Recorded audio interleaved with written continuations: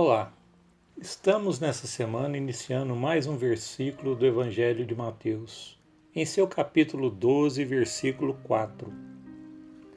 É importante, porém, fazermos um apanhado do que já foi estudado neste capítulo, avaliando o seu contexto. Existe uma cena, um evento acontecendo, onde Jesus, caminhando com seus discípulos, possivelmente passava por uma seara, uma senda, ou seja, uma lacuna que se abria entre uma lavoura e outra, pois não existiam cercas para separá-las.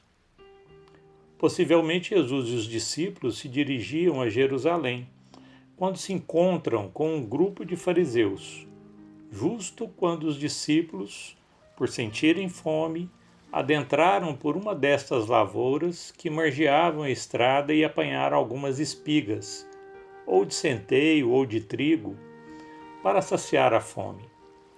O grupo de fariseus então censura o ato, muito embora sem motivos, dizendo que era um sábado. Cometem aqui um absurdo teológico, pois justamente no sábado era proibido o jejum. Jesus aproveita a situação para transmitir um ensinamento muito profundo, ensinando que começamos a ver nas últimas semanas. Na semana passada, foi destacado a questão da leitura, quando a palavra em destaque do versículo foi lestes.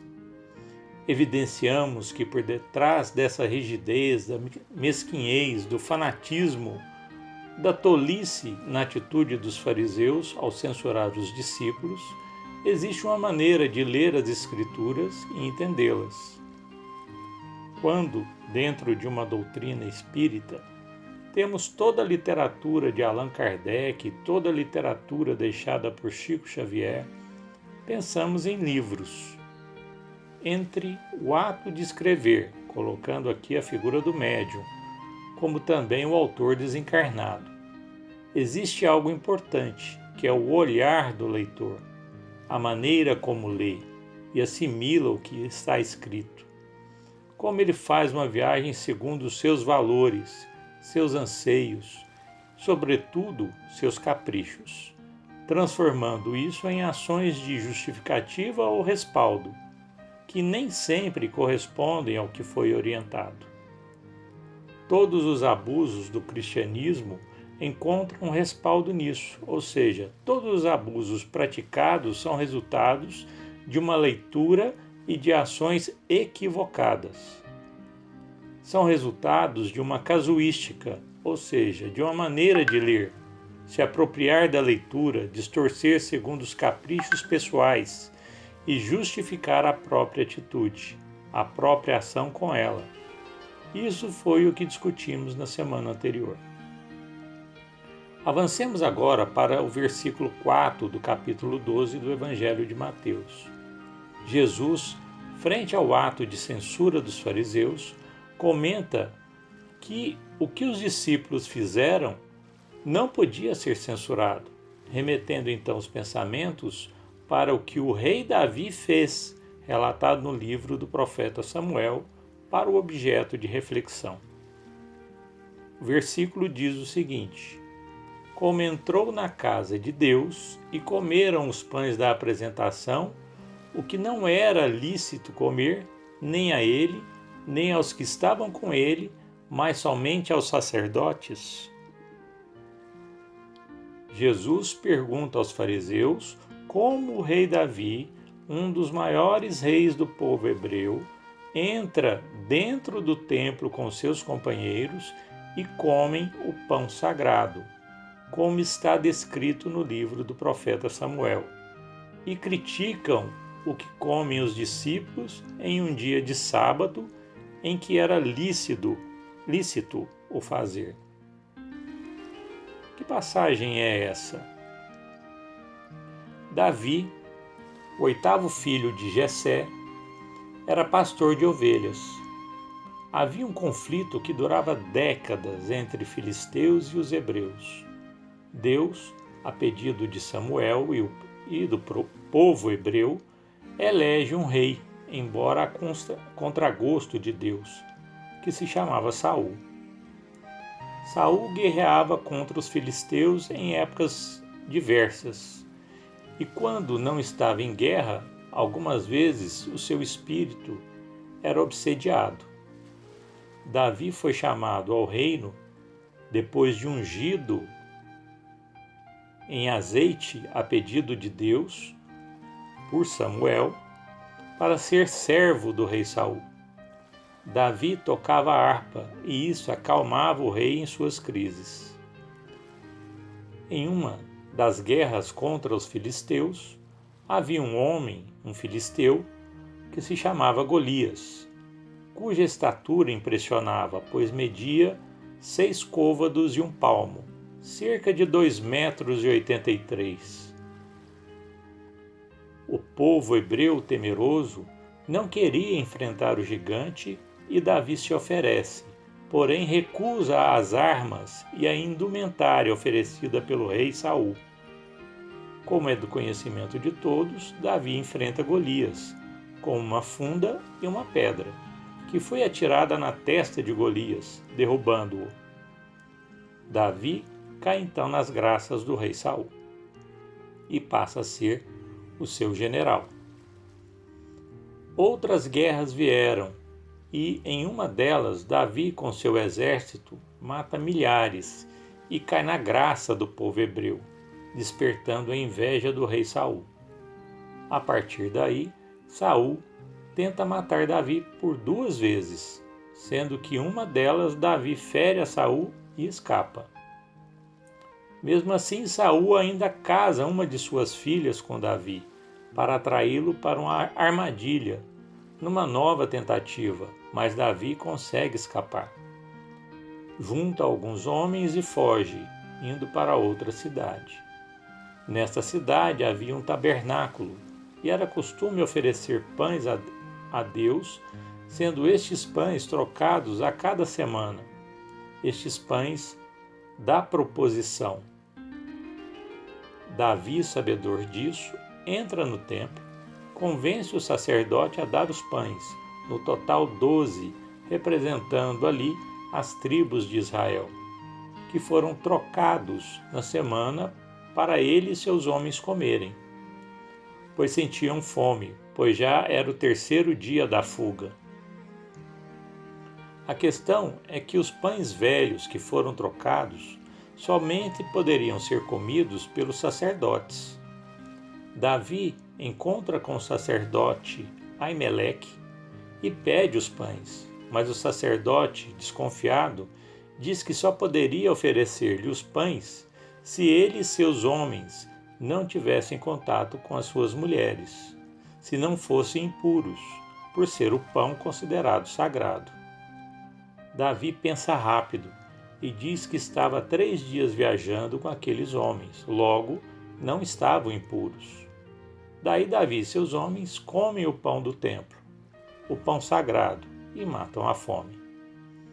Essa é a história que Jesus se referia ao questionar os fariseus. Então, o Davi, junto com seus companheiros, provavelmente 12, sendo perseguidos, param para se alimentar e, sob a inspiração, pensa rápido e consegue encontrar uma brecha que lhe permitiria comer o pão sagrado junto aos seus companheiros. Primeiro era o dia de trocar o pão. Portanto, seria este realmente o dia para comê-lo. Em segundo lugar, eles poderiam comer porque estavam a serviço de Deus. Em terceiro lugar, eles estavam puros, pois já viajavam há 3 dias e não tinham contato com as mulheres. Tudo isso Davi pensou rapidamente. Às vezes acontece isso conosco, quando no meio de uma tribulação, a solução nos chega ao pensamento rapidamente. De onde vem esse pensamento, essa inspiração? Se estivermos verticalizados, com a vibração dirigida ao alto, essa inspiração vem de Deus. Nos evangelhos de Lucas e Mateus, na genealogia descreve que Jesus é descendente de Davi, ou seja, os evangelistas fazem essa conexão de Jesus com Davi. Jesus nasce em Belém, a cidade do pão, a cidade do rei Davi. Então, constantemente, Jesus tem a sua imagem associada à imagem do rei Davi, por ser um rei sábio, um rei que conduz e liberta Israel. A passagem que estamos estudando vincula a figura dos discípulos à fome e, consequentemente, às tais espigas, grãos de centeio ou trigo, que eram para fazer pão. E estavam sendo perseguidos naquele momento pelos fariseus, assim como o rei Davi estava sendo perseguido pelos guerreiros do rei Saul. Jesus faz todas as conexões e vincula os 12 discípulos aos 12 pães que representavam as 12 tribos de Israel. À passagem do rei Davi, descrito pelo profeta Samuel, o fato de estarem naquele momento sendo perseguidos pela censura dos fariseus, tal qual a perseguição de Saul a Davi, pela inveja que o rei Saul tinha dele. Jesus consegue achar brechas na lei, qual o rei Davi fez naquela ocasião. Jesus estava inspirado, tal qual Davi, inspiração que veio de Deus. Começamos agora, depois desse contexto, a realizar o miudinho do versículo proposto. Essa sagacidade, essa astúcia que Davi e Jesus têm, só é possível quando o Espírito encarnado está conectado com esferas superiores. O versículo está dizendo isso ao expressar como entrou na casa de Deus. Literalmente, a casa de Deus era o tabernáculo, o templo, mas já estudamos aqui que a referência à casa está sempre ligada à casa mental, ao pensamento. Então, a referência à casa de Deus é estar sintonizado diretamente com o pensamento de Deus. Daí, quando conseguimos entrar na casa de Deus, no pensamento de Deus, o raciocínio é com Deus, juntos. Para melhor entendimento, vamos recorrer ao livro No Mundo Maior, de André Luiz, a uma palestra feita por Calderaro, no capítulo 3, A Casa Mental, onde ele se refere ao pensamento humano como sendo uma casa de 3 pavimentos. O primeiro pavimento, no térreo, é aquele que se liga ao pretérito e, consequentemente, às experiências materiais mais primitivas, em que o pensamento mergulha nas experiências do passado. O pavimento do meio é o pavimento do presente, das experiências do hoje, a área do consciente, em que o pensamento lida com as questões do agora. Calderaro diz que nós nos movimentamos normalmente nesses 2 pavimentos, ora recapitulando impulsos, tendências do inconsciente pretérito, ora solucionando os problemas do agora, do presente. Raramente acessamos o terceiro pavimento, que é o andar superior da casa mental. Diz Calderaro, no terceiro temos a casa das noções superiores, indicando as eminências que nos cumpre atingir. A casa das noções superiores é a casa de Deus. No último, demoram o ideal e a meta superior a ser alcançada. Em todas as circunstâncias da nossa vida, quando colocamos como propósito, como causa primeira, os mandamentos de amar o próximo e amar a Deus, nosso pensamento está em Deus. Quando voltamos à história de Davi que mencionamos, vimos que ele prefere fugir ao enfrentar diretamente o rei e se vingar dele. Prefere pedir os pães do tabernáculo do que invadir e roubar. Provavelmente Davi orou a Deus, buscando a alternativa para os seus problemas. Então se posicionou no terceiro andar da casa mental, se conectou com Deus. No livro Seara dos Médiuns, na mensagem intitulada Faixas, Emmanuel diz: Tanto quanto te vês compelido diariamente a entrar na faixa das necessidades do corpo físico, pensando, por exemplo, na alimentação e na higiene, és convidado incessantemente a entrar na faixa das requisições espirituais que te cercam. Então, dentro das requisições materiais que nos cercam cotidianamente, também existem as contingências espirituais agindo concomitantemente, justapostas. Os cuidados que temos com a aparência e higiene do corpo é o mesmo que devemos ter com a da alma.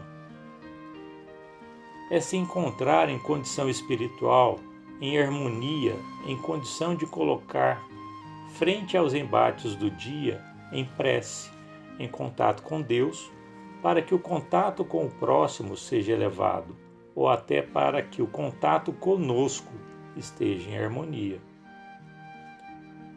Continua Emmanuel. Receberás, portanto, variados apelos nascidos do campo mental, de todas as inteligências desencarnadas e encarnadas que se afinam contigo. Então, vão chegar sugestões de todas as faixas vibratórias, mas só vão nos alcançar aquelas em que estivermos próximo delas, ou afinado com elas. Continua. Através das ondas inúmeras em que se revela a gama infinita dos pensamentos da humanidade, mas se buscas o Cristo, não ignoras em que altura lhe brilha a faixa. Se quisermos vibrar, pensar e sentir com Jesus, devemos saber qual faixa que ele está. Jesus não vai baixar a sua faixa vibratória para chegar a nós. Ao contrário, nós é que devemos nos esforçar para chegar até ele. Isso é esforço mental.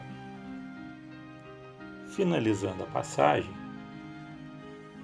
com a bússola do Evangelho, sabemos perfeitamente onde se localiza o bem e o mal, razão porque todos nós que nos dispomos no leme da vontade, o problema de sintonia corre por nossa conta. Sabemos perfeitamente onde se localizam os pensamentos e sentimentos de ordem superior e inferior. Não é só uma questão de postura, mas também de esforço. No livro Agenda Cristã, lição 48, intitulado Consulte o Bem, onde vamos ver a finalidade prática disso que já comentamos.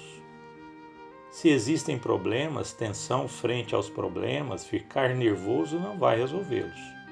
Para isso é necessário consultar o bem. Mas isso não se faz com baixo padrão vibratório. É necessário reduzir a tensão e mudar o tônus respiratório, tranquilizar o espírito, fazer uma oração, dar um tempo para depois procurar a solução do problema. Na lição, Emmanuel diz que o maledicente desejará que você observe, tanto quanto ele, o lado desagradável da vida alheia. O discutidor guardará o seu comparecimento às disputas, a propósito de tudo e de todos. Lembre-se, contudo, de que você é você, com tarefa original e responsabilidades diferentes. Se pretende a felicidade real, não deve esquecer a consulta aos padrões do bem com o Cristo e em todas as horas de sua vida. De todos os lados surgem os convites de padrão vibratório inferior, tentando nos arrastar para a mesma faixa em que permanecem. Muitas vezes aceitamos esses convites e nossos problemas se agravam sobremaneira. Devemos nos lembrar, no entanto, que o Cristo nos convida a vibrar no bem, em uma faixa superior, e para que permanecemos neste patamar. É uma questão de otimização do tempo, porque somente de vez em quando temos momentos assim, mas assim não conseguimos resolver eficientemente os problemas. O nosso desafio é elevar o padrão vibratório e permanecer lá, no nível mais elevado. Para fechar, vamos para o livro Boa Nova, capítulo 19, Comunhão com Deus, que tem tudo a ver com o nosso estudo de hoje. O que faz Jesus em reverter a censura dos fariseus, assim como Davi em evitar a perseguição do rei Saul e convencer o sacerdote Aimeleque, é a comunhão com Deus. Jesus, obviamente, mais do que Davi. Neste capítulo do livro, os discípulos começam a discutir exatamente sobre essa questão: como atingir a comunhão com Deus? Questão levantada por João. Jesus responde assim: no que se refere à comunhão de nossas almas com Deus, não me esqueci de recomendar que cada espírito ore no segredo de seu íntimo, no silêncio de suas esperanças e aspirações mais sagradas. Nós precisamos estabelecer em nossa vida um hábito muito saudável, que é o hábito da oração diária, em momentos certos, não como um hábito mecânico, mas como uma prece genuína. A prece feita de manhã, antes das refeições, no final de tarde, antes de dormir, são hábitos que podemos colocar em nossa vida, que farão a diferença. Jesus termina esta orientação aos discípulos dizendo: é que cada criatura deve estabelecer o seu próprio caminho para o mais alto, erguendo em si mesmo o santuário divino da fé e da confiança, onde interprete sempre a vontade de Deus com respeito ao seu destino. Erguer a casa de Deus dentro de nós e depois nos abrigar dentro dela, interpretando a vontade de Deus dentro das circunstâncias ou a aplicação da vontade de Deus em nossa vida. Dentro das leis rabínicas existe a lei escrita, mas existe no sentimento de cada um uma aplicação dessa lei, dentro daquilo que a inspiração divina diz para fazer. Há uma passagem no livro A Alma Imoral, do rabino brasileiro Wilton Bonder. Diz o seguinte: há um olhar que sabe discernir o certo do errado e o errado do certo.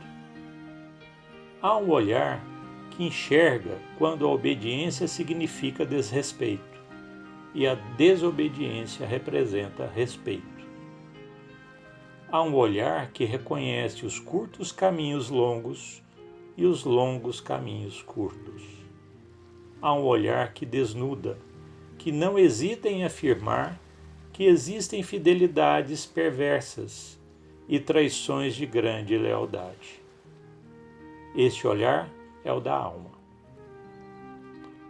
Todos nós vivenciamos situações complexas, situações desafiadoras à nossa inteligência, ao nosso bom senso, à nossa capacidade de lidar com o que é difícil, sendo que nessas situações só existe uma maneira de discernir o bem, o certo, que é lançar mão da prece e entrar na casa de Deus e deixar Deus orientar os nossos passos. Caso contrário, é agir por conta própria e colher o que semeamos, que pode ser algo positivo, como também pode ser algo negativo. Pensemos nisso. Fiquem todos com Deus e até a semana que vem.